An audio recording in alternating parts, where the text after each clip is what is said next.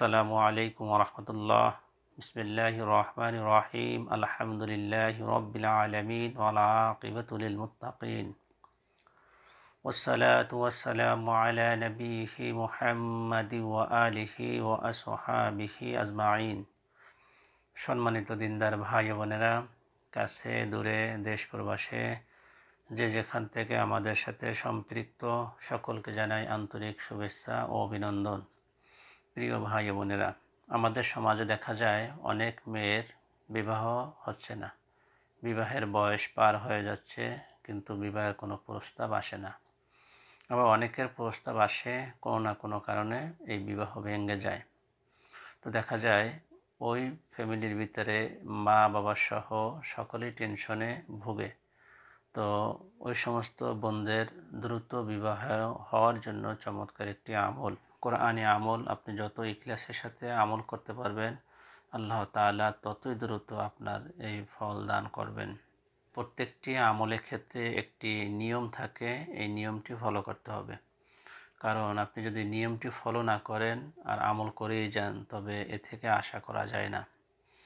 নিয়মটি হচ্ছে, যদি কোনো মেয়ের বিয়ের প্রস্তাব না আসে এবং খুব তাড়াতাড়ি বিবাহের প্রয়োজনীয়তা অনুভব করে, চন্দ্র মাসের প্রথম বৃহস্পতিবার, অর্থাৎ আরবি মাসের যে প্রথম বৃহস্পতিবার, ওই বৃহস্পতিবার সকালে আয়াতে কারিমা লিখবে। লেখার পরে আপনার এলাকায়, আপনার মহল্লায় শরীয়তের পাবন্দ কোনো নেককার আল্লাহওয়ালা লোক, হোক মসজিদের ইমাম সাহেব, মুয়াজ্জিন সাহেব বা অন্য কোনো মুরব্বী, যিনি শরীয়ত অনুযায়ী চলাফেরা করেন, তো এরকম নেককার একজন আল্লাহওয়ালা লোকের জামার একটা টুকরা প্রয়োজন হবে, তার কাছ থেকে চেয়ে নেবেন। পরে কাপড়ের ভিতরে পেঁচিয়ে, উক্ত আয়াতে কারিমা পেঁচিয়ে, যে মেয়ের বিবাহের প্রস্তাব আসে না বা বিবাহ হয় না, ওই মেয়ের হাতে বাঁধবে। ইনশাআল্লাহ খুব তাড়াতাড়ি মাকসুদ পূর্ণ হবে এবং উন্নত চরিত্রের অধিকারী স্বামী আল্লাহ তাআলা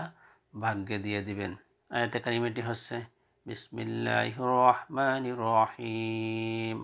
কুল ইন্নাল ফাদলা বিয়াদিল্লাহি ইউতিহি মান ইয়াশা আল্লাহু ওয়াসিউন আলিম ইয়াখতাসসু বিরহমাতিহি মান ইয়াশা আল্লাহু যু ফাদলিল আযীম। আল্লাহ তাআলা আমাদেরকে সঠিকভাবে আমল করার তৌফিক দান করুন, আমিন। ভিডিওটি ভালো লাগলে লাইক করবেন, কমেন্ট করবেন, ভালোবেসে চ্যানেলটি সাবস্ক্রাইব করবেন। ভালো থাকবেন, সুস্থ থাকবেন, সুন্দর থাকবেন, এই কামনা করে বিদায় নিচ্ছি। আসসালামু আলাইকুম ওয়া রাহমাতুল্লাহ।